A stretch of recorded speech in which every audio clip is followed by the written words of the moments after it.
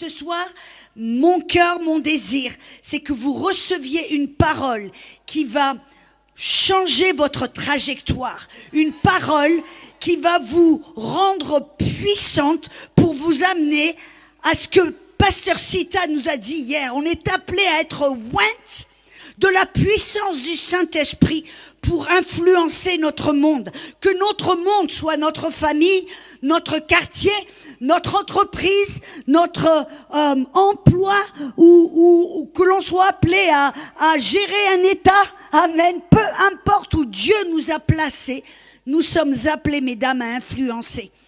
Et on a vu si bien Pasteur Sita hier qui nous a dit tellement comment c'est l'exemple qui est le nôtre, c'est Jésus-Christ, n'est-ce pas? Notre maître, celui que l'on doit regarder, que l'on doit imiter, que l'on veut, à qui on veut ressembler. Nous ne devrions jamais mettre notre regard sur des personnes et les élever à ce statut. Non, notre exemple primeur et majeur, c'est Jésus-Christ. Et nous avons que Jésus-Christ était oint du Saint-Esprit et de puissance. Et il est allé de lieu en lieu pour faire du bien et guérir tous ceux, non pas quelques-uns, mais tous ceux qui étaient sous l'empire du diable.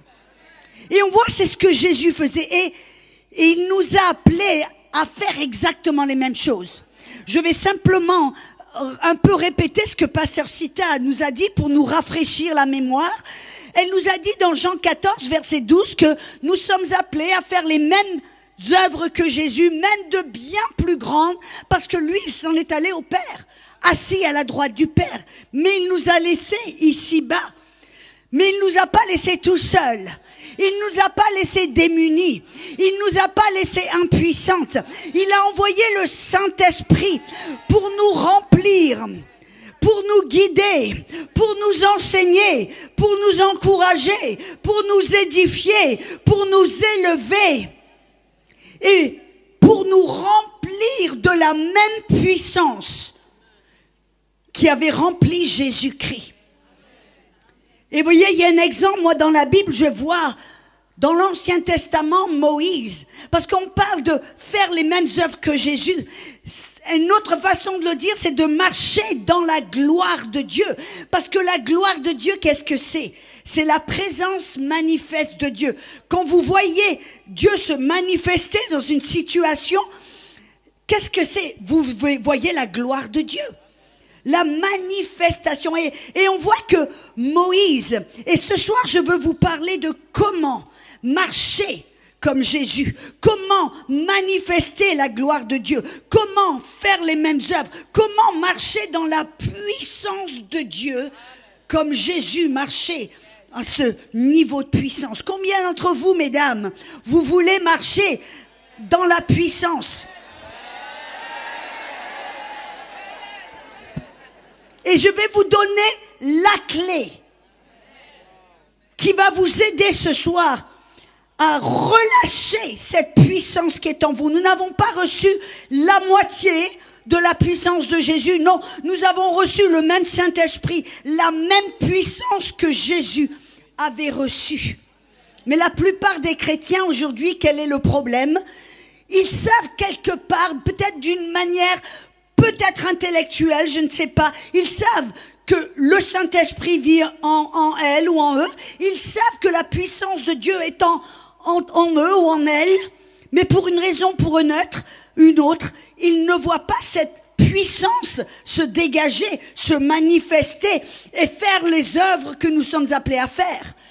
Et je vais ce soir, vous donner la première clé majeure. Et je me réfère là tout de suite à Moïse.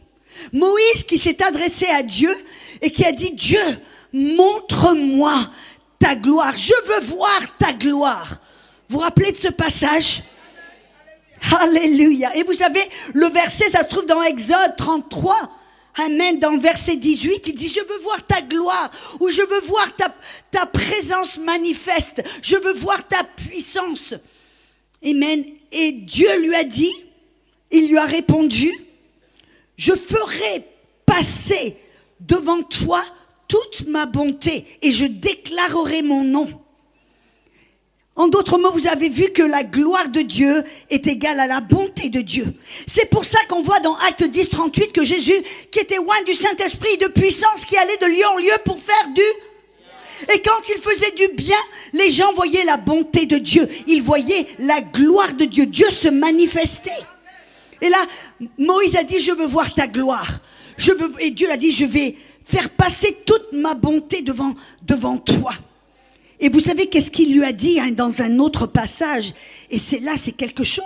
Il a dit, je me suis révélé à Abraham, à Isaac, à Jacob. Je me suis révélé à eux comme El Shaddai. Vous savez qui c'est El Shaddai? C'est le Dieu qui pourvoit, c'est le Dieu qui est plus que suffisant. El Shaddai, ça vient de la parole de la poitrine qui nourrit, comme une maman nourrit un enfant. Il dit, je me suis révélé à Abraham, à Isaac, à Jacob, comme El Shaddai, le Dieu qui est plus que suffisant, le Dieu qui pourvoit à tous vos besoins. Mais il dit, mais à toi, je vais me révéler comme Dieu Adonai. Et Adonai, c'est celui qui est le Seigneur, c'est celui qui est maître. En d'autres mots, Dieu a dit à Moïse, si tu veux voir ma gloire, si tu veux marcher dans ma puissance, si tu veux manifester ma bonté, partout tu vas devoir recevoir une révélation de Dieu comme Seigneur, comme Maître. C'est pour ça, nous tous ici, si nous avons reçu Jésus-Christ, nous le déclarons, nous le confessons comme Sauveur et... Ça veut dire quoi? Que maintenant nous lui donnons notre vie. Et on voit, c'est quelque chose d'intéressant, Moïse. Quand Dieu a commencé à se révéler à Moïse comme Seigneur, vous vous rappelez ce qui s'était passé? Quand tout d'un coup Moïse a eu une révélation qu'il était appelé à délivrer le peuple d'Israël, qu'est-ce qu'il a fait? Il a pris les choses entre ses propres mains. Après tout, il venait d'être élevé dans la cour d'Égypte. Après tout, il avait été le général de l'armée la plus puissante du monde. Après tout, il avait été éduqué dans les écoles les plus hautes. Après tout, il savait exactement ce qu'il pouvait faire et comment le faire. Et on sait ce qui s'est passé. Il a pris tout d'un coup les choses entre ses propres mains. Et il a fini pendant 40 ans derrière le désert. Et là, tout d'un coup, qu'est-ce qui se passe? Là, tout d'un coup, il voit un buisson qui prend feu, mais qui ne brûle pas. Et il dit, quand il voit ça, il se tourne vers le buisson, et là, Dieu l'appelle. Et là, Dieu lui rappelle qu'il l'a appelé à délivrer Israël d'Égypte. Mais vous savez qu'est-ce qu'il lui dit? Il dit, hé, enlève tes chaussures, car le lieu où tu te tiens est saint. Pourquoi est-ce que Dieu lui a dit maintenant de ôter ses chaussures? Pourquoi? Parce que des chaussures, c'est fait par l'homme. Des chaussures, c'est façonné, construit par l'homme. Et c'est quelque chose dans laquelle nous tenons et nous marchons. En d'autres mots, ce que Dieu était en train de lui dire, la première fois quand je t'ai parlé de délivrer Israël, tu as fait les choses de ta propre manière, tu as pris les choses entre tes propres mains et tout est tombé en brioche, façon de parler. Mais maintenant, je te rappelle, tu vas devoir me connaître comme Seigneur. Enlève tes chaussures. Arrête de faire les choses de ta propre façon. Arrête d'aller là où tu veux, comme tu veux, avec qui tu veux. Tu vas devoir apprendre à me suivre, à m'écouter, à marcher, à me laisser être le Seigneur et le maître de ta vie. Oh, alléluia. Et c'est intéressant, on voit exactement la même chose dans Josué chapitre 5. Vous vous rappelez là que maintenant, Moïse est parti, il a un successeur qui s'appelle Josué, un jeune homme plein de fougue, amen, mais à cet âge-là, maintenant je crois qu'il a 40 et quelques années, je ne sais plus, peut-être plus, je crois qu'il avait 80 et quelques, non, à cette époque, bref. Il a aussi passé 40 ans dans le désert avec des gens qui étaient remplis d'incrédulité, mais là maintenant, c'est le moment pour eux d'aller de l'avant, de posséder Jéricho, de franchir le Jourdain, de prendre la terre promise. Mais là, tout d'un coup, Josué, qui est là devant l'armée d'Israël, il voit un homme au loin qui se tient avec une épée, foudroyante, une épée. Il se tient, il dit, oh là là, il va tout d'un coup vers cet homme, il se tient, il dit, es-tu pour nous ou es-tu avec l'ennemi? Et cet ange, qui s'appelle l'ange de l'Éternel, qui était Jésus incarné, vous savez qu'est-ce qu'il répond? Non. Attends, c'est pas la réponse. Tu es pour nous ou tu es pour l'ennemi? Il dit non, mais je suis venu comme le chef de l'armée d'Israël. Qu'est-ce que là Jésus leur disait? Qu'est-ce qu'il disait à Josué? Je suis pas là pour être pour toi, contre toi, pour te suivre et pour bénir ton petit plan. Je suis là pour guider. Je suis là pour être le chef. Je suis là pour te diriger et être à l'avant. Et c'est comme cela. On voit qu'ils ont appris, ils ont reconnu et ils ont accepté Dieu comme le chef, comme le Seigneur, comme le Maître. Et c'est grâce à cela, cette révélation, où ils ont compris que Dieu n'était pas là pour bénir leurs petits plans et pour les suivre, pour les protéger, pour les bénir, pour les multiplier. Dieu était là pour être à l'avant, pour guider, pour être le leader, pour être le maître, pour être le Seigneur. Et mesdames, il y a là une clé pour vous et pour moi. C'est exactement la même chose que Paul nous révèle. Vous vous rappelez Paul qui dans Philippiens 3:10, il dit que je te connaisse, toi le vrai Dieu, et la puissance de ta résurrection, et la communion de tes souffrances. Paul qui nous révélait que pour connaître cette puissance de résurrection qui est en nous, Christ en nous, l'espérance de la gloire, nous devons apprendre à connaître la communion de la mort de Jésus. Et c'est là que Paul nous révèle quelque chose dans Galates chapitre 2. Et ce soir, je vais vous parler et je vais vous montrer comment c'est facile, comment c'est pratique. Je ne vais pas essayer de vous donner de la théologie. Je vais essayer de vous montrer à quoi ça ressemble d'une manière pratique de tous les jours. Quand Paul nous a dit dans Galates 2:20, il dit « J'ai été crucifié avec Christ. Ce n'est plus moi qui vis, mais Christ qui vit en moi. Et cette vie que je vis maintenant dans la chair, je la vis par la foi dans le Fils de Dieu qui m'a aimé et qui s'est donné lui-même pour moi. » Paul nous révèle quelque chose de puissant. Il nous dit, nous avons été crucifiés avec Christ. Nous sommes morts avec Christ. Et qu'est-ce que ça veut dire d'être mort et crucifié avec Christ? Écoutez ces versets.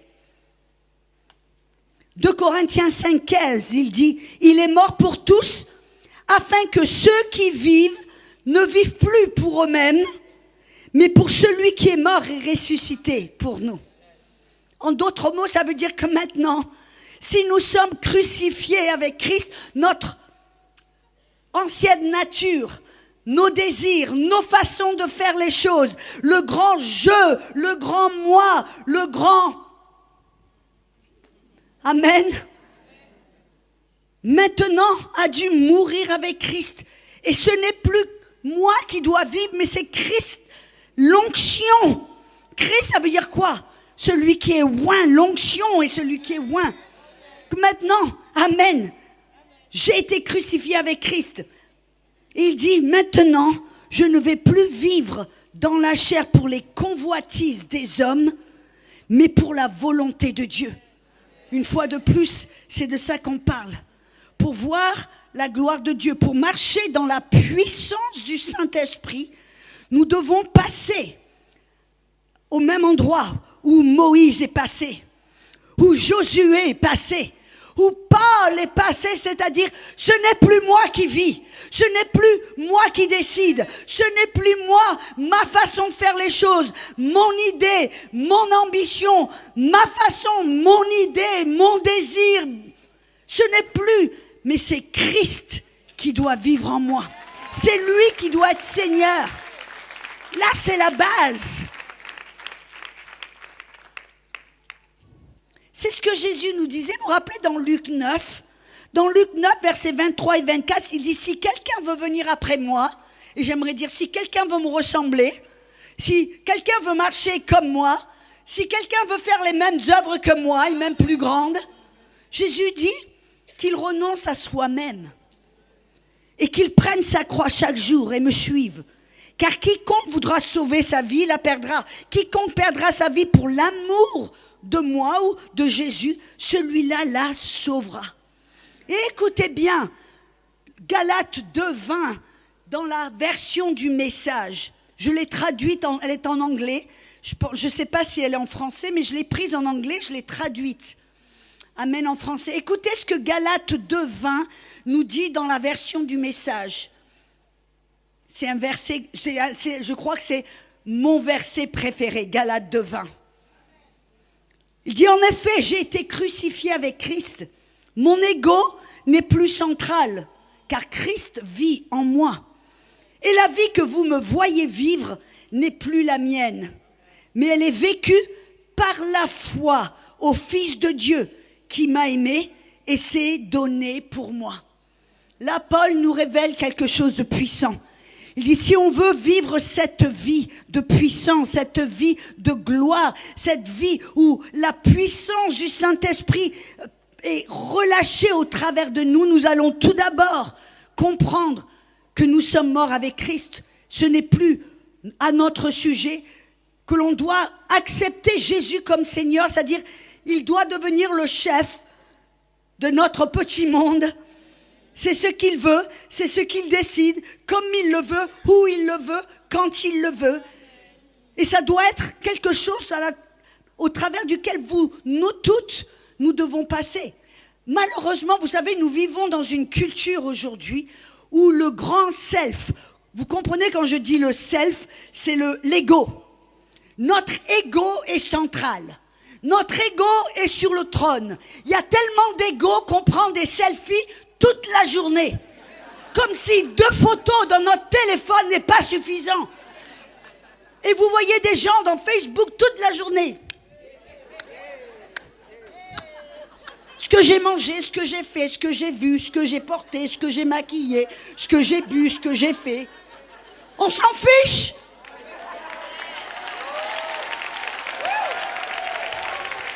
Parce que nous toutes, mesdames, si nous voulons marcher dans cette dimension de gloire et de puissance, on doit tuer l'ego. On doit détrôner l'ego, le faire descendre du trône de notre cœur en disant « Ego, toi, tais-toi ». Et maintenant notre cœur se tourne vers Christ, celui qui nous a aimés, celui qui est mort pour nous. On se tourne vers lui en disant « Ok, ce que tu me dis de faire, je vais le faire. Où tu me dis d'aller, je vais y aller. Tu veux pas que je fasse ça? Ok. » Et c'est peut-être un peu difficile des fois, mais si nous pouvons comprendre que c'est la clé pour marcher dans la gloire, la clé pour que la puissance qui est en nous se dégage. Tout comme on voit, vous voyez, on a vu Abraham, Isaac, Jacob, Dieu avait pourvu pour tous leurs besoins. Dieu les avait multipliés, Dieu les avait bénis. Mais vous avez remarqué qu'ils n'ont pas vécu dans le miraculeux. C'est silencieux dans cette église catholique ce soir. Non. Abraham, Isaac et Jacob n'ont pas marché c'est Moïse qui a vu la mer se fendre en deux. C'est Moïse qui a vu la viande tomber du ciel. C'est Moïse qui a vu de l'eau jaillir du rocher. C'est Moïse qui a marché dans une dimension de miraculeux et de puissance. Pourquoi? Parce qu'il a reçu une révélation de Dieu, Adonai, qui est le seul maître, qui est le Seigneur. Et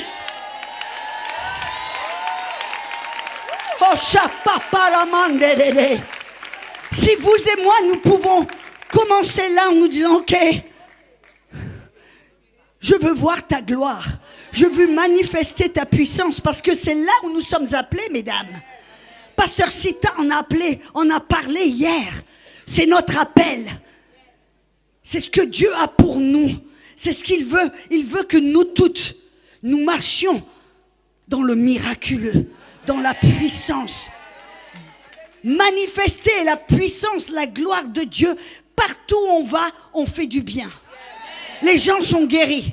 Les gens sont remplis, les gens sont changés, les gens sont libérés, les gens sont bénis. Partout où on va, on influence notre monde avec la puissance qui est en nous. Mais afin de dégager cette puissance, nous devons, comme Moïse, reconnaître que Dieu doit être le Seigneur. Merci, c'est un Seigneur qui nous aime. C'est un Seigneur qui nous veut du bien. Il n'est pas un Seigneur qui va nous appuyer dessus, nous marcher dessus, nous faire souffrir. Non, il est un bon maître, un bon Seigneur. Il est notre Père. Et ça doit être facile quand on sait que Dieu est notre Père, qu'il ne veut que du bien pour nous et qu'il veut que la puissance de Dieu et la gloire de Dieu se manifestent au travers de nous. Il le veut plus que nous. Mais vous voyez, afin de pouvoir être là, nous devons d'abord passer par le même chemin que Moïse est passé. Même, on voit, vous vous rappelez, Josué, après que l'ange de l'Éternel lui a dit, je ne suis pas venu pour toi ou contre toi ou pour eux, je suis venu comme le chef de l'armée d'Israël. Et il lui a dit, enlève tes chaussures. Il a dit la même chose à Josué. Il lui a dit, si tu veux voir et accéder et obtenir la terre promise, tu vas devoir me laisser marcher devant, tu vas devoir me laisser guider, tu vas devoir me laisser commander, tu vas devoir me laisser ouvrir le chemin. Et arrête de faire les choses de ta propre façon.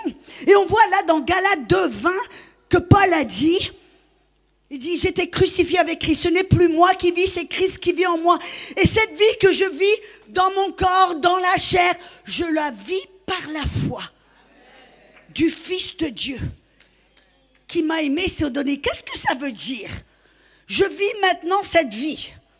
Je dois la vivre par la foi. Vous voyez, pour pouvoir marcher dans la puissance et le miraculeux, nous devons apprendre à vivre cette vie dans notre corps par la foi. Qu'est-ce que c'est la foi? Une définition simplifiée, la foi, c'est faire confiance à Dieu et sa parole plus que ce que nous pouvons voir ou ressentir. Faire confiance à Dieu et sa parole. Deuxième question, comment vient la foi? Romains 10:17, la foi vient de ce que l'on entend. Et ce que l'on entend vient de là. De quelle parole s'agit-il, mes amis? De quelle parole s'agit-il?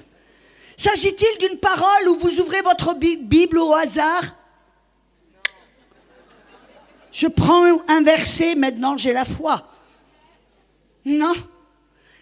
Vous savez, vous toutes, parce que je sais que vous êtes une église de foi, il y a deux paroles pour la parole, parole. Essayez de dire ça plusieurs fois. Il y a deux paroles pour la parole, parole. Il y a la parole, logos, et le logos, c'est la parole, c'est Christ, c'est la connaissance, la sagesse de Dieu, de Genèse à Apocalypse. Le logos, c'est la sagesse, la connaissance de Dieu dans son complète, dans son entièreté. J'avais le mot anglais qui me venait. Merci, Maz. Le logos, c'est Jésus, la parole vivante. C'est-à-dire que Jésus marchait avec toute la sagesse, toute la connaissance de Dieu dans son entièreté. Mais il y a aussi une autre parole pour la parole, parole. C'est la parole Réma. Et la parole Réma, qu'est-ce que c'est? C'est une parole que Dieu Tout. C'est une parole qui, c'est ce que Jésus disait dans Matthieu 4,4. L'homme ne doit pas vivre de pain seulement, mais de toute parole qui sort de la bouche de Dieu. Et là, quand la parole nous dit que la foi vient de ce que l'on entend, et ce que l'on entend vient de la parole de Dieu, d'abord on voit que la foi vient en entendant. Et on entend quoi? Une parole qui sort de la bouche de Dieu. Une parole que Dieu vous parle à vous, individuellement, personnellement. La première manière dont Dieu nous parle, la première, c'est la parole de Dieu, la Bible. On ouvre notre Bible, mais on doit lire la Bible avec l'aide du Saint-Esprit.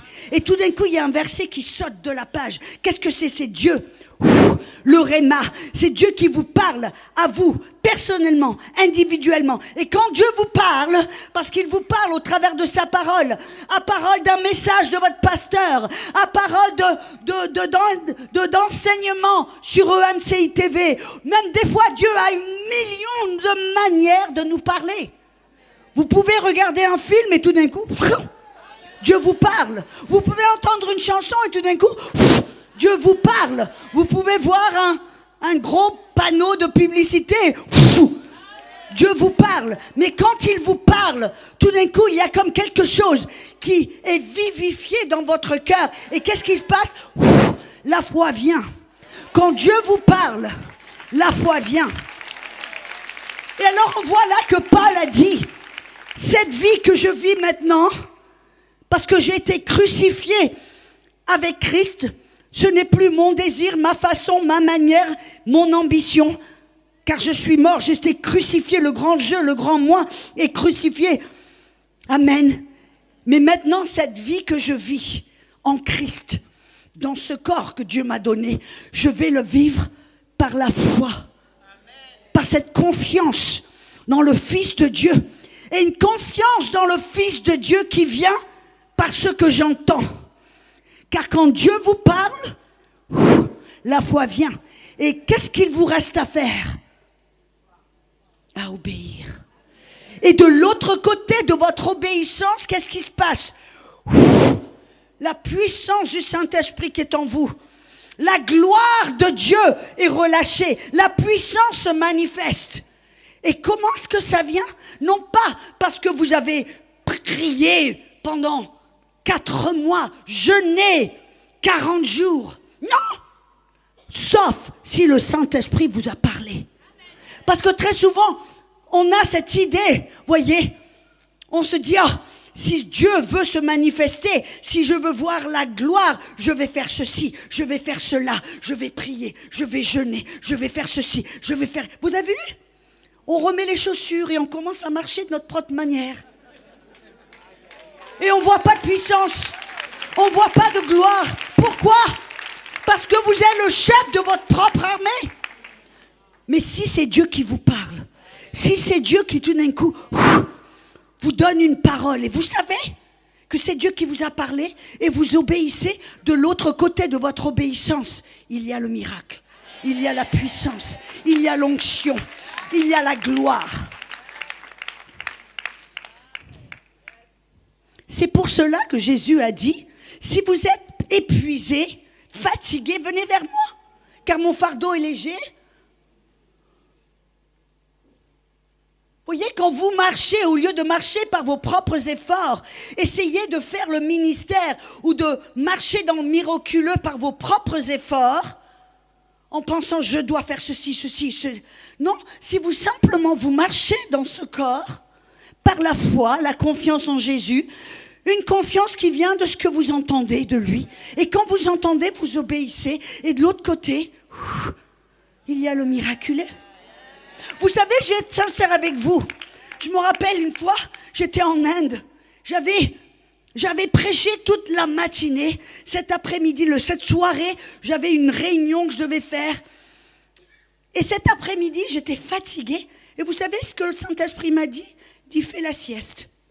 Parce que dans mon naturel, j'ai dit non, je vais rester tout l'après-midi à prier en langue. Je vais prier, je vais jeûner, je vais faire. J'ai dit non, va faire la sieste. J'ai obéi, j'ai fait la sieste, je me suis réveillée. Et je vous dis la vérité, je me suis réveillée 15 minutes avant la réunion. Je me suis réveillée, j'ai dit, ah! Ce soir-là, j'ai vu une telle puissance relâchée.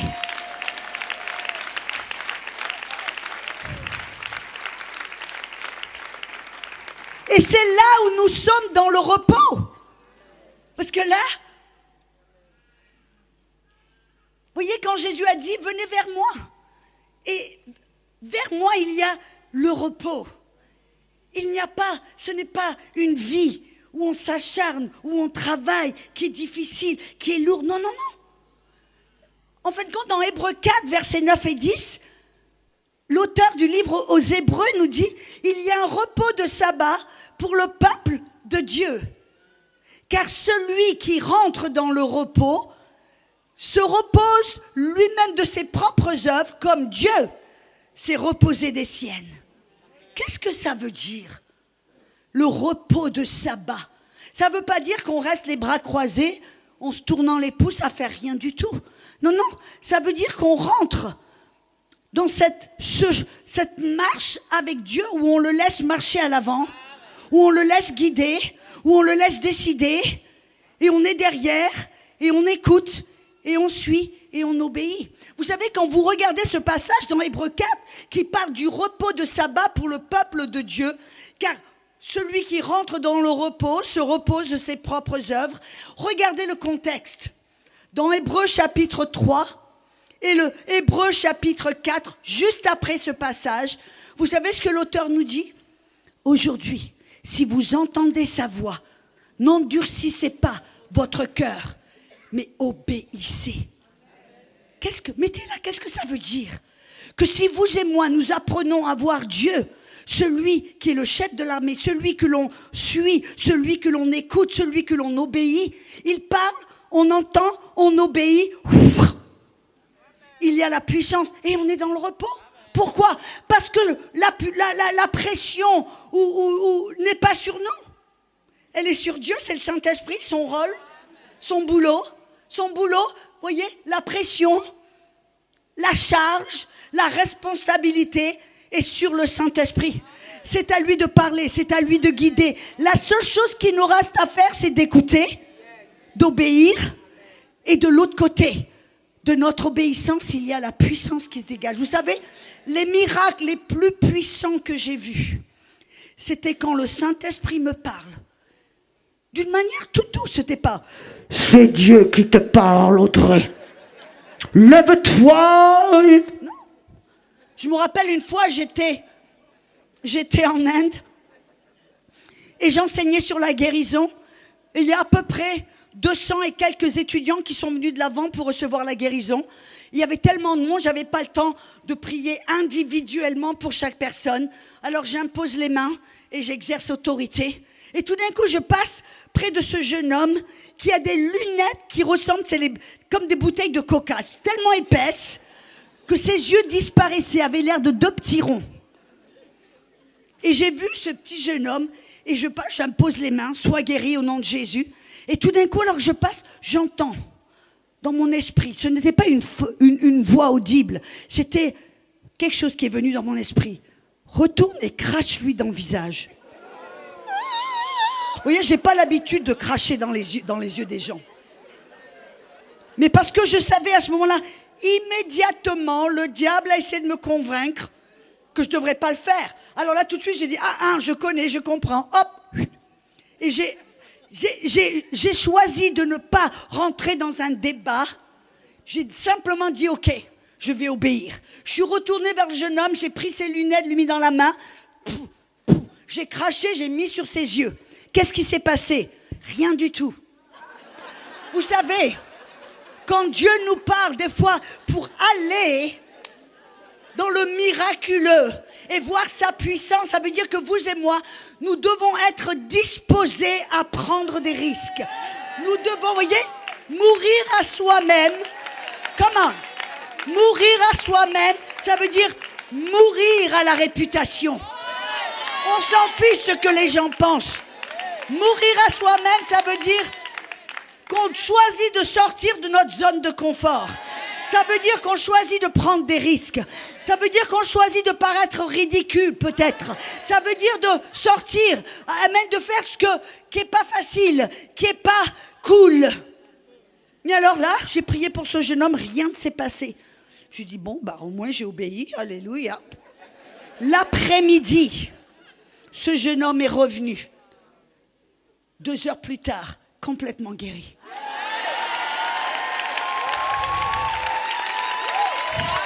Une autre fois, j'étais en Inde. Je faisais une conférence de pasteur. Et il y a une dame qui vient vers moi. Elle avait l'air jeune. Elle avait un gros bidon. Donc j'ai pensé qu'elle est enceinte. Elle était jeune, elle était belle, mais elle avait un grand... J'ai dit, oh, elle est enceinte. Mais elle vient vers moi, elle prend mes mains, elle les met sur son ventre et elle commence à parler un dialecte que je ne comprends pas. Tout d'un coup, j'entends la voix de Dieu qui dit, frappe-lui dans le ventre. Je dis, mais Seigneur, si elle est enceinte, je vais peut-être tuer l'enfant. Mais alors, je commence à avoir, mais voyez, parce que c'est une parole qui est tellement spontanée. Voyez, quand Dieu vous parle, ça ne vient pas, ce n'est pas calculé, ce n'est pas quelque chose que vous avez pensé, que vous avez imaginé, quelque chose à laquelle vous avez pensé auparavant, que vous avez étudié. Non, c'est spontané. Vous vous rappelez dans Jean 7, versets 37 à 39, Jésus il dit, si quelqu'un a soif, qu'il vienne vers moi et de son sein va couler des fleuves d'eau vive. Et il parlait là du Saint-Esprit qui n'avait pas été encore versé. Vous voyez, couler. Quand dans la Bible, il parle de la voix de Dieu, toujours il y a un symbole. Ça parle d'eau, de rivière, de couler. Ça veut dire que la voix de Dieu est spontanée. Elle est hors de votre calcul, hors de votre repère, hors de ce que vous auriez l'habitude de faire. Et alors là, cette femme, elle vient et j'entends, frappe-lui dans le ventre. Et immédiatement, la voix de l'ennemi qui vient pour essayer, voyez, la parabole du semeur, quand le semeur vient pour semer la parole, immédiatement, à cause de la parole, l'ennemi vient pour la déterrer.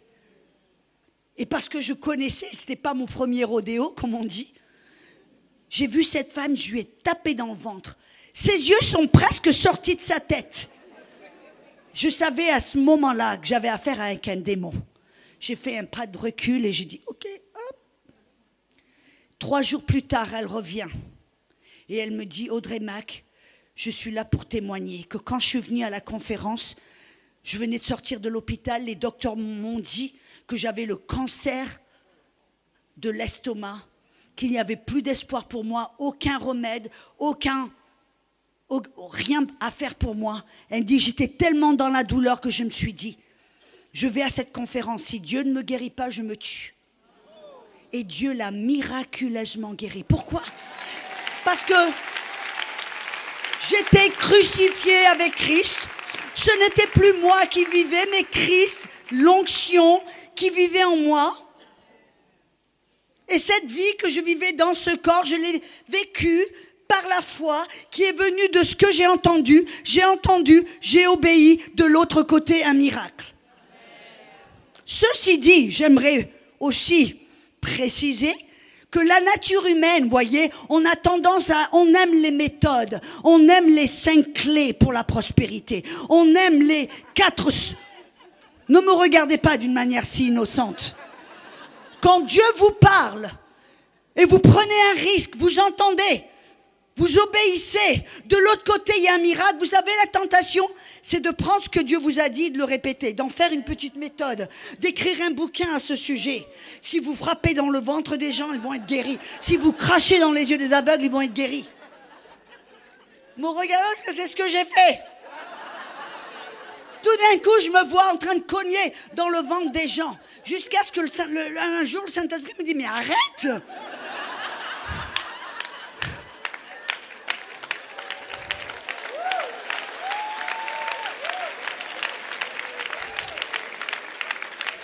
C'est tellement facile. La nature humaine, On aime les méthodes. On aime être en charge. On aime savoir quoi faire, comment faire, où le faire, avec qui le faire. Mais pour marcher dans le miraculeux, pour voir que la puissance se dégage, cette puissance de résurrection qui est en nous, puisse se dégager, passer au travers de nous, nous devons être disposés à mourir à nous-mêmes. Notre volonté, notre façon, notre manière. Et de dire, ok, je vais simplement rechercher ta face, je vais simplement apprendre à te connaître, marcher avec toi. Tu es mon ami, tu es mon mari, tu es mon père, tu es mon leader. Je vais marcher avec toi, apprendre à te connaître. Et je vais te faire confiance. Mesdames, vous vous rappelez que l'apôtre Paul, à différentes occasions, qu'est-ce que Paul disait? Il disait que l'amour du Père, la grâce de Jésus-Christ et la communication du Saint-Esprit soient avec vous. Il nous a envoyé le Saint-Esprit pour communiquer. Et quand il communique ce qui est sur le cœur du Père et qu'on entend et qu'on obéit, la foi vient. C'est aussi facile que ça. Et c'est là où il y a le repos. Parce que la pression n'est pas sur nous, elle est sur le Saint-Esprit. C'est à lui de savoir, c'est à lui de parler, c'est à lui de décider, c'est à lui de guider, c'est à lui de tout faire. On a simplement besoin de marcher, d'entendre, et d'obéir. Regardez Marie, le premier miracle qu'elle a fait, elle est allée vers les serviteurs parce qu'ils n'avaient plus de vin. Elle leur a dit, allez vers Jésus, ce qu'il vous dit de faire, faites-le. Voilà la petite recette. Nous sommes appelés à vivre exactement comme ça. Ils sont allés vers Jésus et il leur a dit, voyez ces outres-là, remplissez-les d'eau. Ça n'avait aucun sens. Mais imaginez que ces serviteurs, ils avaient leur boulot en jeu là. S'ils arrivaient, ils leur dit, prenez une coupe d'eau, allez le montrer au maître de cérémonie. Et s'ils allaient amener une coupe d'eau en disant, voilà du vin. Vous vous foutez de moi là. C'est pas du vin, c'est de l'eau. Hop, prenez la porte. Non. Ils ont osé prendre un risque simplement en entendant un commandement qui est sorti de la bouche de Jésus. Ils ont entendu, ils ont obéi sans essayer d'apprendre, de comprendre. Ils ont simplement, comme un enfant, comme une petite brebis, ils ont entendu la voix, ils ont obéi. Et de l'autre côté de cette obéissance, il y avait le premier miracle manifesté. On a rendu les choses tellement compliquées. On a rendu les choses tellement compliquées. Si vous voulez voir la puissance manifestée, vous allez devoir faire ceci, vous allez devoir faire cela, vous allez devoir... Et tout d'un coup, on est là, on est épuisé. On est maigre, épuisé, sans force, déprimé, parce qu'on a tout essayé et rien n'a marché. Pourquoi? Parce qu'on a rendu les choses compliquées. Ce que l'on est appelé simplement à faire, c'est de marcher avec Dieu. Vous savez, c'est ce que Dieu, c'était le plan de Dieu depuis le début. Quand il a créé Adam et Ève, qu'est-ce qu'ils faisaient? Ils marchaient tous les deux dans le jardin, ils se parlaient, ils avaient peut-être des questions, Dieu leur donnait les réponses. Ils avaient ce dialogue, ils marchaient ensemble. Mais qu'est-ce que l'homme a fait? Ah non, je peux faire les choses, il y a l'arbre de la connaissance du bien et du mal. Et on sait comment ça s'est terminé. Ils ont perdu C'était comme si le cordon ombilical, vous voyez comme le cordon ombilical qui est entre la maman et l'enfant. Ce cordon ombilical, c'est ce qui nourrit l'enfant. C'est ce qui amène la force, la vie, la nourriture de la maman à l'enfant. Quand Adam et Ève ont été créés, il y avait la vie, ils étaient esprits. Il y avait ce cordon ombilical imaginaire, si vous me permettez, qui nourrissait l'homme de l'esprit de Dieu, de la vie Zoé de Dieu. Et ça coulait. C'était Dieu qui leur parlait. C'était Dieu qui les aidait. C'était Dieu qui les fortifiait. Et dès que l'homme a essayé de faire les choses de ses propres efforts, par son propre moyen, qu'est-ce qui s'est passé? Et c'est pour ça qu'on voit beaucoup de chrétiens épuisés aujourd'hui, qui essayent de marcher avec Dieu par leurs propres efforts, d'obtenir la faveur, de marcher dans la puissance, de faire ceci, de faire cela. Quand en réalité on est simplement appelé à marcher avec Dieu. Ça exige une communion, une intimité avec Dieu. Ça exige une simplicité, la simplicité d'un enfant. Ça exige qu'on marche avec Dieu, comme Enoch marchait avec Dieu, comme Adam marchait avec Dieu. Ça exige qu'on lui parle, on l'écoute. Quand il nous dit de faire ceci, on le fait sans essayer forcément d'apprendre, d'essayer de comprendre. Et de l'autre côté, de l'obéissance. Et Dieu va toujours nous amener dans le sentier de la justice. Il va toujours nous amener dans un sentier qui est bon, qui est puissant. Et c'est comme cela que la puissance, la vie qui est en nous commence à se dégager de nous. Et bien sûr, on sait ce que Adam et Ève ont fait. Mais immédiatement après, quand Dieu a appelé le peuple d'Israël, qu'est-ce que Dieu leur a dit ? Si vous écoutez ma voix et vous obéissez mes instructions, je ferai de vous mon trésor sacré, mon peuple bien-aimé. Et qu'est-ce que Israël a dit ? Oh non ! Dieu, tu parles à Moïse, et puis Moïse, tu viens nous le répéter. Et c'est pour cela que Dieu a dû amener la loi. Parce que le peuple d'Israël avait cette mentalité d'esclave. Simplement, donne-moi une liste de ce que je dois faire et pas faire. Ils ont refusé d'avoir cette communion intime avec Dieu, de marcher avec Dieu comme Enoch marchait avec Dieu, comme Abraham marchait avec Dieu. Ils ont refusé, ils ont dit non. Et Dieu leur a dû leur amener la loi pour les protéger, pour les amener vers la foi en Jésus-Christ. Et en Jésus-Christ, nous avons maintenant la même opportunité. La même opportunité que le peuple d'Israël avait et qu'ils ont refusé. La même opportunité que Ève et Adam avaient et qu'ils ont arrêté. C'est-à-dire que vous et moi, nous pouvons marcher avec Dieu, parler avec Dieu, écouter Dieu. Et ce qu'il nous dit de faire, on le fait. C'est aussi simple que cela. On a rendu les choses tellement compliquées. Je vais vous donner un petit exemple dans les minutes que j'ai. La simplicité, parce que vous voyez souvent quand on pense Dieu qui nous parle, on a tendance à penser que quand Dieu nous parle, c'est spectaculaire. C'est Dieu qui te parle. Quand la plupart du temps, quand Dieu nous parle, on peut très facilement passer à côté de la plaque. Je vais vous montrer, et j'en ai parlé avant, j'ai dit la voix de Dieu très souvent, ça coule, c'est spontané, hors du calculé, hors de ce qui a été pensé, appris, calculé. Je vais vous donner un petit exemple pour vous montrer comment vous et moi, nous sommes appelés à marcher dans la puissance, dans le miraculeux, d'une manière tellement simple, tellement peu spectaculaire, que c'est facile de le louper. Vous voyez, je voyage tout le temps, bien sûr. Il y a quelques jours, j'étais au Colorado. Maintenant, je suis en Martinique. Je voyage constamment. Et donc, au travers, ça fait maintenant presque 40 ans que je suis missionnaire. Et donc, le Saint-Esprit m'a appris quelques petites choses pour éviter des problèmes.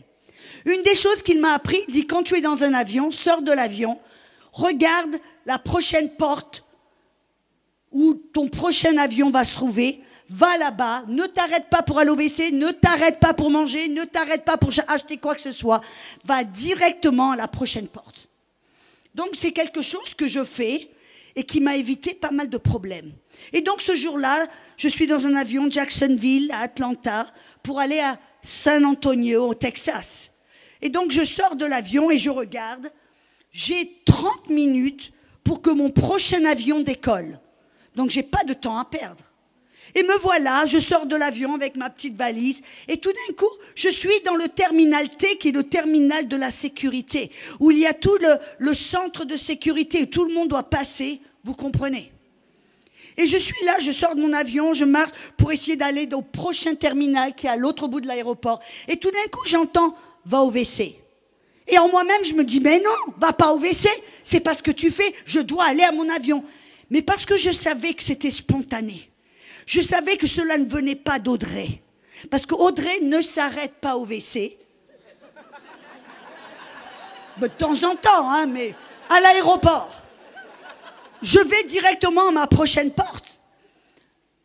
Et alors là, j'entends, va au WC. Donc, j'ai obéi. Je m'arrête, je vais au WC. Quand je sors du WC, maintenant je marche et je me trouve au centre de la sécurité. Et tout d'un coup, on entend, arrêtez, stop, stop. Donc, tout le monde se fige, on se regarde et on entend, danger, danger, partez, courez, cachez-vous. Tout d'un coup, c'est la panique complète. Vous avez déjà vu panique? À quoi ça ressemble? Les chaises roulantes qui se basculent, grand-maman qui pleure, les enfants qui courent partout, les gens qui se cachent sous les chaises, qui hurlent, qui pleurent, prennent la panique. À ce moment-là, à l'intérieur de moi, je savais que je ne devais pas paniquer. Parce que de rentrer dans la panique, c'est rentrer dans la peur. Et quand on est dans la peur, on est dans la réaction. Et quand on est dans la réaction, il est impossible d'exercer l'autorité. On doit être dans la paix. Et me voilà et je dis à voix haute, Audrey, ne panique pas. Audrey, ne panique pas. Alors je dis, ne panique pas. Et je marche aussi lentement que je peux. Audrey, ne panique pas. Tu ne paniques pas, Audrey. Ne panique pas. Et je marche aussi lentement que je peux. Tout d'un coup, je vois un grand pilier là. Donc je me mets derrière le pilier. Qu'est-ce que je fais? Je prie en langue. Pourquoi? Pour entendre le Saint-Esprit. Qu'est-ce qui se passe? Qu'est-ce que je dois faire? Et je prie en langue. Et tout d'un coup, je m'entends exercer autorité. Paix au nom de Jésus.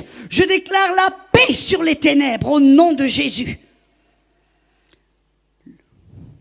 Pour raccourcir cette longue histoire, j'ai découvert quelques heures plus tard qu'à ce même endroit, à ce même moment, il y avait un homme qui était dans le hub de sécurité avec un sac rempli de pistolets, qui avait mis sa main dans le sac pour tirer un pistolet pour tuer autant de personnes que possible. Mais tout d'un coup, sa main était dans le sac et il ne pouvait plus retirer la main du sac. Il était comme gelé. Il n'arrivait pas. Il n'arrivait pas à retirer la main du sac. Alors qu'est-ce qu'il a fait? Il a pris la main avec le sac et les pistolets et il a couru hors de l'aéroport. Ils l'ont trouvé quelques jours plus tard. C'était un meurtrier qui était sorti ou qui s'était évadé de la prison avec plusieurs meurtres sur son compte. Non, voilà, voyez comment le Saint-Esprit veut qu'au travers de la puissance du Saint-Esprit, vous puissiez influencer votre monde. Et mesdames, ce n'était pas du spectaculaire. Il n'y avait rien de spectaculaire dans « va au WC ». C'était si peu spectaculaire que j'aurais pu penser que ce n'était que moi. Mais voyez, quand je me suis arrêtée en me disant « non, ce n'est pas que moi », parce que le « que moi » ne s'arrête pas au WC, alors qu'elle a un avion dans 30 minutes. Voyez, la voix de Dieu est spontanée, elle coule. Elle sort là de votre esprit. Et si simplement vous entendez, vous obéissez, qu'est-ce qui va se passer? Vous manifestez la puissance de Dieu dans une situation. Vous changez l'atmosphère. Vous amenez la puissance, la libération, la gloire de Dieu. C'est aussi facile que ça. Mais voyez, ça veut dire que vous et moi, mesdames, nous devons apprendre ou nous exercer à entendre et reconnaître la voix de Dieu. Voyez, le problème, c'est qu'aujourd'hui, le diable nous a tellement... Comment est-ce que je pourrais dire ça? Il nous a fait rentrer dans un cycle de bruit, de distraction, avec tous les médias sociaux, avec tous les bruits, avec les téléphones, les iPads, les ceci, les cela. On est tellement occupé avec le bruit, les écrans et tout ça, que l'on ne prend plus le temps d'être tranquille et d'écouter la voix de Dieu. Vous voyez, le silence, c'est quelque chose que nous devons cultiver d'une manière intentionnelle. Si vous et moi, nous devons, voyez, si marcher dans le miraculeux exige que nous puissions entendre Dieu, et voyez, c'est simple, c'est facile, c'est pas compliqué. Parce que même un enfant entend, une brebis entend. Nous sommes appelés à entendre la voix de Dieu. Mais le problème, c'est que le diable nous a distraits. Nous a rendus avec du bruit, des distractions tellement que nous n'avons plus le temps de nous poser, d'être tranquilles et de passer ce temps où on exerce notre esprit à entendre la voix de Dieu. Ça veut dire que vous et moi, nous allons devoir être intentionnels. Avoir ces moments où on se retire du bruit, des distractions, des listes tu dois, et de dire Seigneur, je vais passer du temps dans ta parole.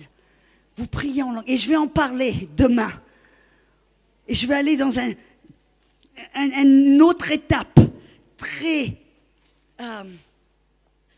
pratique. Parce que j'aime le pratique. Je n'ai pas envie de vous remplir la tête de théologie. Ça ne sert à rien. Je veux que vous puissiez partir en sachant exactement des clés que vous pouvez prendre, accepter, appliquer, à commencer à marcher dans cette dimension du miraculeux, de la gloire, de la puissance de Dieu. Parce que c'est notre appel. Ça veut dire qu'on va devoir des fois fermer la porte, mettre le téléphone sur le chargeur dans une autre salle, tourner, arrêter la télé, arrêter le bruit, arrêter les ceci et le cela. Et voyez, vous dites, mais moi j'ai 5 enfants qui pleurent, qui ont besoin de nourrir, les couches à changer, qu'est-ce que je fais? Dieu, vous savez? Dieu sait. Il ne va pas vous demander de passer 4 heures dans sa présence. Mais si vous avez osé lui donner ce que vous avez, c'est-à-dire si vous avez peut-être 15 minutes à vous enfermer dans les WC et à dire Seigneur, je vais prendre ces 15 minutes, j'ai mis l'enfant pour dormir pour l'après-midi, les 2 autres enfants ils sont à l'école, voilà j'ai 15 minutes à te donner, je vais m'enfermer dans les WC. Voilà Seigneur, Dieu a la puissance de prendre ces 15 minutes, comme ces 5 petits pains et ces petits poissons, et il peut les multiplier. Et Dieu peut vous parler, Dieu peut vous instruire, Dieu peut vous corriger, Dieu peut vous aider à vous amener dans cet endroit où tout d'un coup ce n'est plus vous qui marchez, plus vous qui essayez de faire l'essai. Vous marchez avec Dieu, vous lui parlez, vous l'entendez, vous l'écoutez, vous lui obéissez et vous êtes dans le repos. Parce que c'est lui, c'est son rôle en tant que le chef de l'armée, votre Père. Et vous envoyez le Saint-Esprit pour vous guider, vous aider, vous corriger. Et on a simplement besoin de se soumettre à ce qu'il veut faire dans nos vies. C'est aussi facile que ça.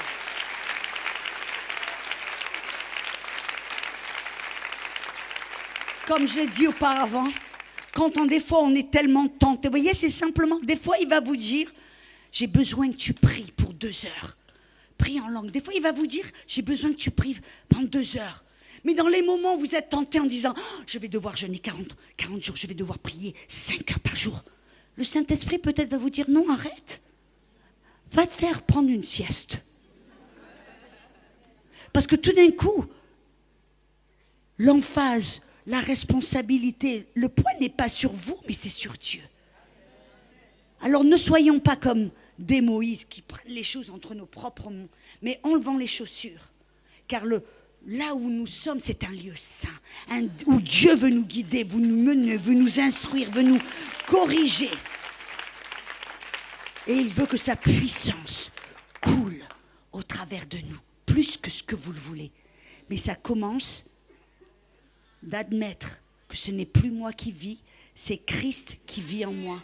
Son onction en moi qui vit. Et je suis prête à dire, ok Seigneur, ce que tu veux, quand tu le veux, où le veux, comme tu le veux.